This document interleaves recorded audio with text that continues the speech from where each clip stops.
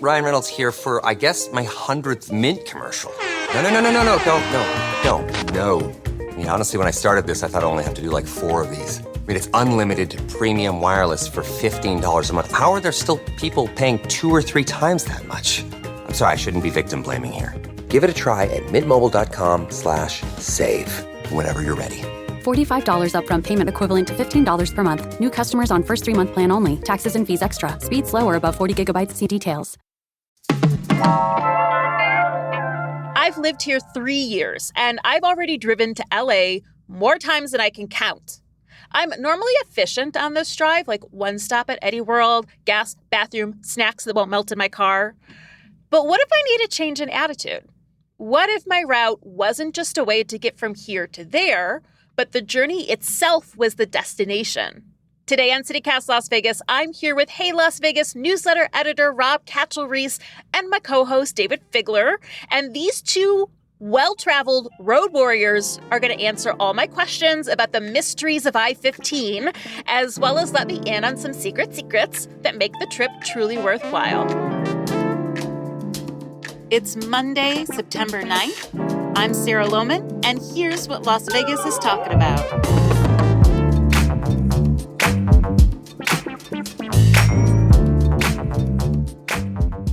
Fellas, well, hi. Jeff. Hi. Hey, what's up? Before we get started, I have a secret to let you in on, and to let everyone in on. We're going to do an extended cut of this episode with even more tips, because I know we are chock full of tips, and it's going to be on our members-only podcast feed. Ooh. So to learn more about how to sign up as a member, you got to go to membership.citycast.fm. Okay, I'm just going to start with some of the questions that I have while I'm driving Las Vegas to LA, okay? And maybe you can solve some mysteries. All right. Is there anything to do at Prim/State Line, or is everything closed? Well, I think the big decision that almost every driver from Las Vegas makes when they reach Prim is where to go to the bathroom. Right. And for us, it's a big decision between Whiskey Pete's, which is conveniently off to the right, or Buffalo Bill's, which is off to the left. You do have the storied Bonnie and Clyde death car that's over there in Buffalo Bill's currently. Is it real? It is authentic. Yes. Huh. I mean, for a while it was over at Whiskey Pete's, and I remember specifically being told they were going to expand this and make it more of a Bonnie and Clyde museum. And for like free attractions, it was pretty cool, but that never happened. And then they moved it across the street to Buffalo Bill's. I like that Whiskey Pete's looks like a princess castle when you drive up. I like that a lot. Whiskey Pete used to have a girlfriend named Cactus Kate. I've been told that Whiskey Pete was a quote-unquote very good-looking Western man. That is what I was told by someone who knew him. So, although he haunts the casino, apparently. Does he? Yeah. Okay, so hot ghosts. I'm always down for a hot ghost. Well, maybe he was getting involved with Bonnie and Clyde's ghosts, and there was some conflict. Ooh. You know, but speaking of Bonnie and Clyde, it does seem like a good place for a heist, because that's where that big casino heist just happened a couple months ago. Yeah, heist, quote unquote. Which I'm impressed, because I didn't know the Prim Casino was open. Yeah. I didn't know they'd have $750,000 in their cage. Yeah. No. Okay, so the outlet mall, open or closed in Prim? Oh, it's closed. It's moribund. Yeah, the last store left town a little while ago. But the trappings of the mall are still there. So if somebody wants to shoot a horror film set in a outlet mall, it seems to be available. Okay, so when you pass Prim, you can start to see that huge, it's so big it's not a solar field, it's a solar farm. Do you know the one I'm talking about? Yes. Oh, yeah, it looks straight from Star Wars. Yeah, it's so bright, like it leaves spots in your eyes. And then you go through the gateway into California where they just wave you through. I don't know what's going on. The agriculture check. Okay, so you missed one hot spot before you get to the solar panels. And that's the little spot. No, the little convenience store, gas station, whatever, right on the border that sells lottery tickets. I've never even noticed that one. Oh, yeah. So it's technically in Prim, but across the state line. Yes. So you're in California just enough to be able to sell lotto tickets. And this thing gets long lines whenever there's a big jackpot. Oh, for in California. So the Nevadans can drive out there, gamble a new way. Because there's not enough here. That's where the closest spot for you to pick up one of those mega lotto tickets would be. Great. is right outside of Prim. I've peed. I've seen the Bonnie and Clyde death car. I have a fistful of lotto tickets. I don't have any agricultural products, so I'm zooming through. Yeah, they used to stop you and ask you, but that seems to have gone away a long time ago. I did see them stop a box truck once, but they're not even looking in my car. It doesn't seem like anybody has noticed. Speaking of follies, have you ever been to that sculpture garden next to Eddie World? What's going on there? Well, I think this is as political as your road trip between Vegas and LA is going to get, because that sculpture garden, I think it's officially called the Liberty Sculpture Park. Okay.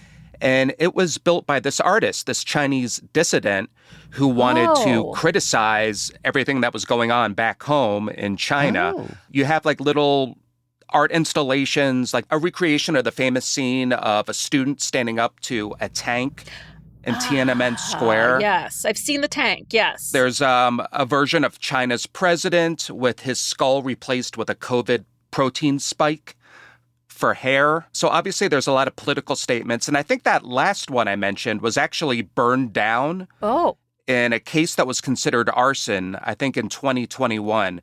So there's a little bit of political unrest on the road to Los Angeles from Las Vegas. Now I'm a little bit more intrigued. Yeah, well, after you get your ice cream at Eddie World, just walk across the street and check it out. No, I'm a banana chip girl, veggie chip. They make sushi there, too, on the spot, supposedly. I've stopped for a terrible coffee before, and I just stick with the gummy worms. Thank you very Smart. much.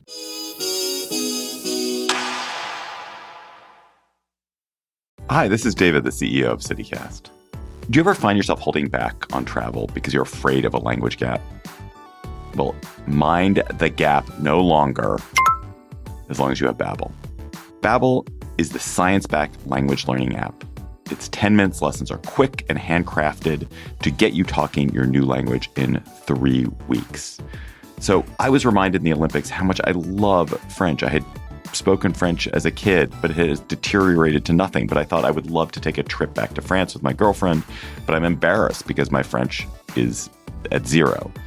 And I thought, why don't I get on Babbel and revive my French? And it's been a joy for the past few weeks. I'd forgotten everything. I'd forgotten plurals. I'd forgotten articles, vocabulary. Mostly I'd just forgotten how to speak and how to listen. And Babbel has me back on track with lots of speaking and lots of listening, because that's how you get better at a language.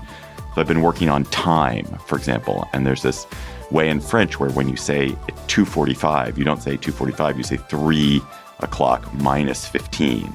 So, je rentre à 3h moins le quart.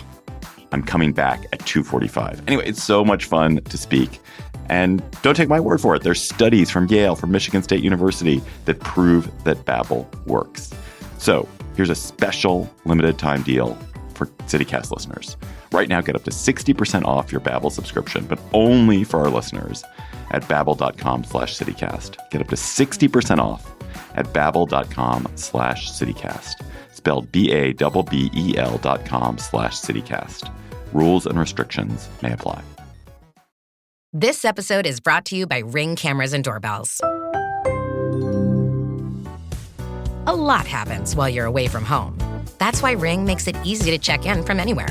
Whether you're saying hi to an unexpected guest, making sure those packages are safe, or keeping your pets company while you're out grabbing groceries. It's all a few taps away, right from your phone. Be there with Ring. Explore cameras, doorbells, alarm kits, and more right now at ring.com. Is Calico Ghost Town worth going to? You know, I think Calico is a bad ghost town, but a great roadside attraction. That's how I'd sum it up. All right. You know what? That's fair, Rob. It was another one that got me as a kid with the signs. Can we pull over, Dad? Can we go? Can we go? Yeah, Can we go? good signage. And after the first 100 rejections, there was one day when we didn't ask, because that was my dad's MO, he just pulled off to Calico. Yeah, it's a wonky amusement park-esque. It's very bad as a ghost town. What is there? Well, it's hard to tell what's authentic and what isn't, because True. as every ghost town in this area started out as, it was part of a mining boom, the silver rush back in the 19th century, and then eventually people left. And then at some point, the same people that own Knott's Berry Farm bought the property and turned it into this attraction. So some stuff was there from when it was originally around, and some of it has been added. Like, I think the schoolhouse is authentic, but then you've got these shops and a few other things. The Mystery Shack. Yeah, a little more dubious. Millie's Mine. And everything's like $4 a la carte. Yeah, but there's a train. You can ride a train around. It was so disappointing when Dad finally pulled over. It was almost like it was an I told you so on his part. Yeah. I think the secret is you go at night when they're doing one of their ghost tours. And I don't know if there's as many ghosts there as there is in the Bonnie and Clyde car, but you might have a good time. Or in Prim at large. I still think the Outlet Mall is going to win for actual ghosts, which, by the way, are not real. Let's talk Barstow. Well, I think the most famous thing in Barstow is Barstow Station. Right, the McDonald's Plus. I hate it. I hate it in there. You don't want to eat McDonald's in an old train car? No. It's like an anachronism. It's like modern tech. And my old stop on all school trips to LA, we would always stop there. The bus would stop. This is facts, and that's the problem. There's always multiple bus tours. It's so crowded. Well, it's almost like a flea market and food court in one. Would you describe it that way? Yes. And it's good. Where are better places to pee in Barstow that don't have 5 bus tours pulling up? But I think if you're going to do Barstow right, you really have to go take a leak at the oldest operating Del Taco in the United States. Nice. Now we're talking to my culinary historian, Hart. Okay, Yes. Tell me about the world's oldest Del Taco. Was it founded in Barstow, or is this just like the oldest remaining one? It's the oldest remaining one, and there's really absolutely nothing of note about it. It has been kept up over the years. It looks pretty much just like any other Del Taco, including another one just down the street. So you'll probably get confused by these 2 different Del Tacos. Plus, they have a legit outlet mall there. That's the one that my mom used to. Yeah, she used to make plans with her little old lady friends, and God bless them, one of them would still have their license. They would just drive out to the outlet mall for the day, and that's how they spent the day, and they loved it. It was just basically a turnaround trip. I mean, the Barstow Outlet Mall is considered to be kind of top tier as far as that sort of middle of nowhere outlet mall but niche goes. The ones in Vegas are better? I think so. Okay, Rob, I actually have a question specifically for you. You just wrote about that the abandoned water park on I-15 going to LA is going to become unabandoned. What's going on there? Well, we're going to stretch the definition of about to become. Okay. So one of the coolest things you see when you're driving down Interstate 15 is if you look off to the side of the road, you'll see, an old, creepy, abandoned water park. Why is this thing in the middle of the desert to begin with? And it used to be known as Lake Dolores. Yeah. Dates back to 1962. And the reason it's there is because there's springs underground that lent itself well to becoming a water park. And it had a few different names over the years. At one point, it was called Rockahula. At one point, it was Discovery Water Park, but it closed for good in 2004. Wow. And somebody wants to revive it. I believe the plans were filed in 2018. The plans were approved by San Bernardino County in March of 2020. And I think we all associate March of 2020 with something special, the pandemic. The perfect time to build a water park. So obviously, we have yet to see this come to fruition. But according to the plans, Lake Dolores Water Park will come back in 5 phases. One of them is an RV park, which I think is something that could possibly work there. It sounds smart. Make it a destination, really. Yeah, and they want to make, overnight. It'll have a glorified gift shop. The water park will come back. You'll have your pools, and you'll have a few other things there, too. There'll be some offices there. But it could be interesting to see if it's a destination.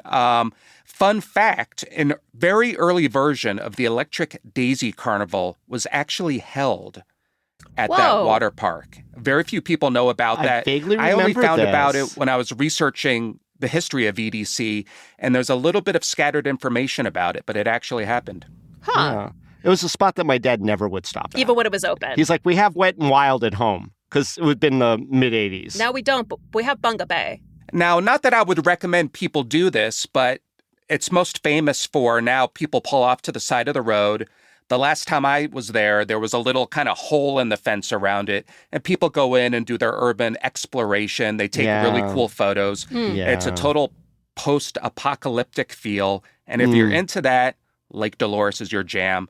Although legally, I'm not going to recommend you go on abandoned property. In fact, it should be renamed Tetanusville.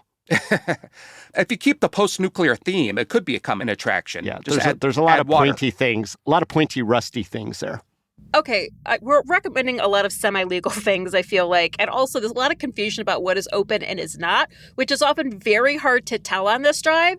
So, you know that place in Baker that has like a really good-looking burger sign? Oh, we're going back a little bit. We're going back. We're driving up and down this highway. We're up and down. We're up and down. I want we a got burger. turned back because the traffic was too much because we made the mistake of driving to LA on Sunday. Well, I forgot my wallet at the world's tallest thermometer, so we had to turn around. But we can't get a burger. That place in Baker is closed, right? But Mad Greek's still open. Mad Greek is open and the BP is open. And Alien Jerky? Alien Fresh Jerky is the official name of this place. Never goes away. Is it made from Alien? Yes. And what's most fascinating about that place is they've built a giant flying saucer behind it, which is supposed to be a hotel. It's something that's been in the works for a very long time. They finally built the exterior, and if nothing else, it's a great photo spot.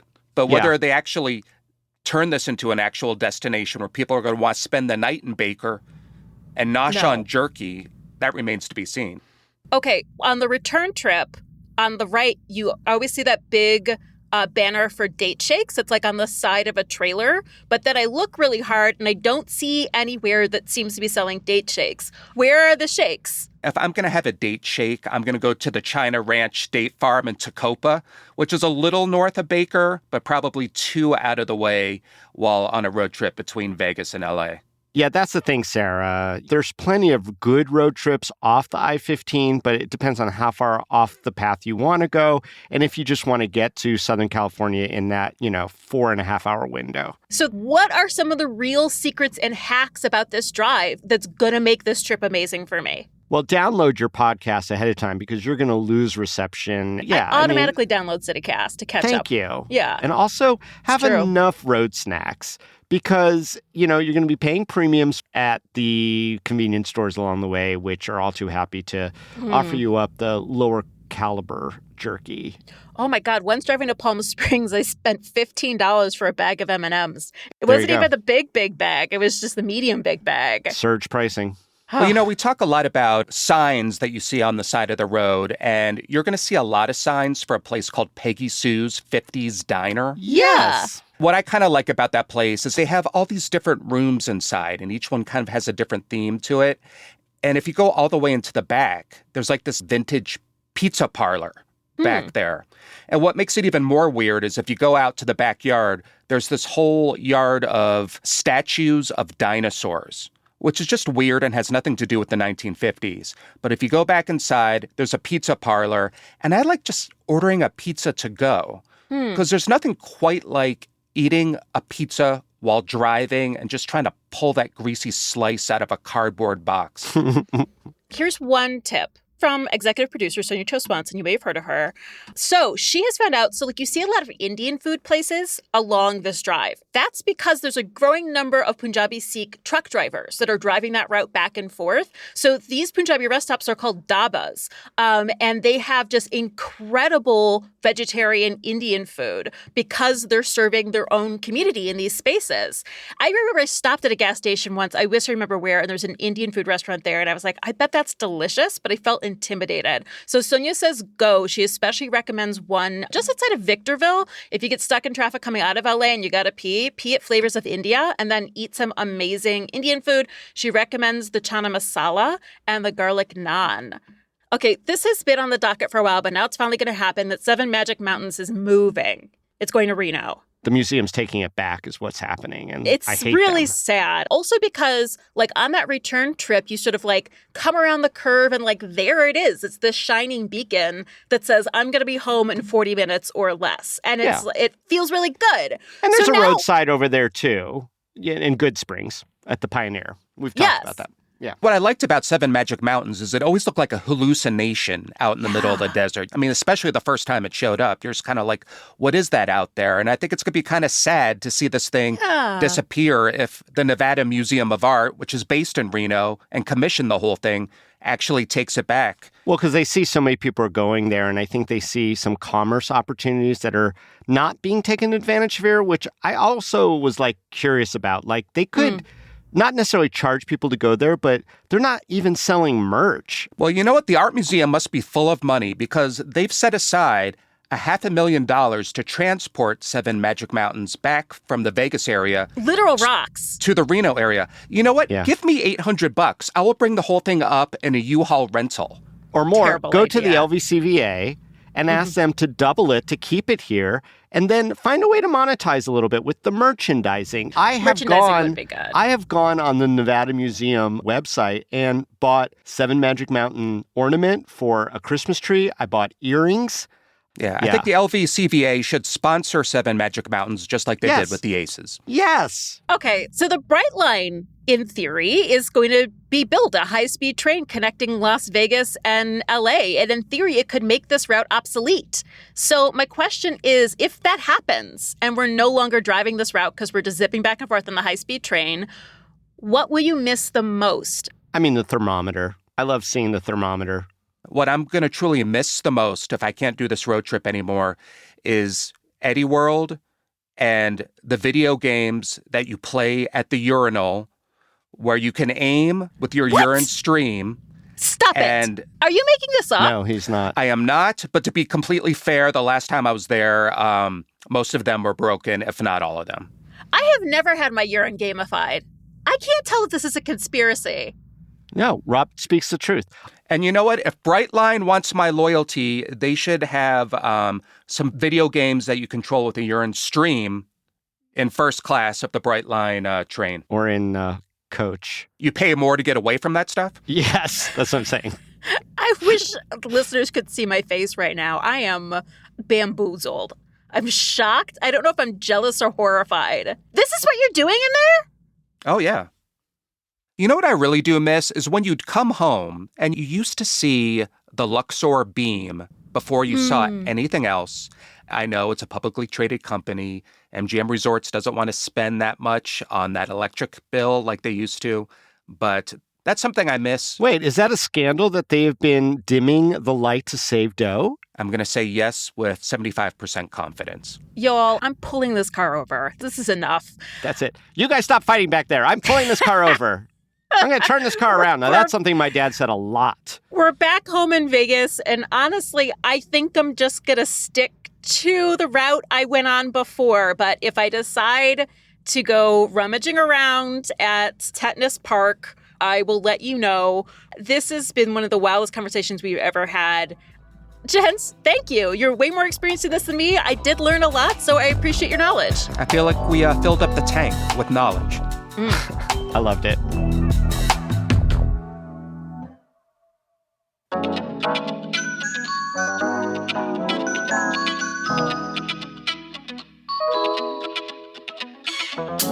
That's all for today here in CityCast Las Vegas. Hey, if you enjoyed the show, send it to your friend. Plan yourself a little road trip, not to LA, but just down I-15 and back again. And you can also rate our show and leave us a review, please. And subscribe to Rob's morning newsletter, Hey Las Vegas. We'll be back tomorrow morning with more news from around the city. Take care.